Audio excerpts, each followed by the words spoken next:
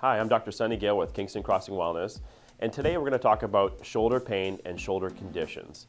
Now, there's a lot of conditions that can affect the shoulder. It could be your ligaments, your tendons.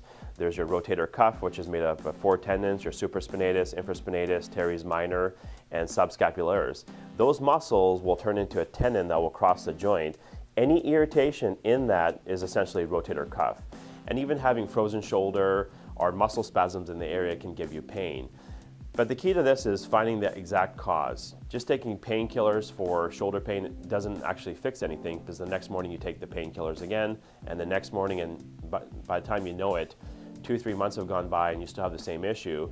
You're able to function through the day because you're taking the painkillers, but you have to go to the underlying cause. And don't use pain as an indicator. Usually what happens is if you injure your shoulder, one of the first things you start to feel is loss of range of motion. Most people don't react when they have loss of range of motion because it doesn't affect their daily lives when they're at the computer or they're doing their job. They'll just modify their positions to get through the day. If it stays there long enough, eventually you'll get that pain signal. And that's when we start taking painkillers. And if that stays there long enough, we'll make an appointment to see our doctor and they'll give us something stronger. Soon as you feel that signal, soon as you get that injury, you want to react. You want to figure out what's causing it. You want to go to your doctor and figure out what's the cause of this loss of range of motion, what's the cause of this pain in my shoulder, and then from there you can figure out what you need to do to fix it.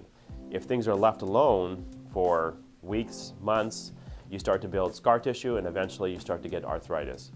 So you want to avoid that as much as possible. Never take any symptom as a minor thing.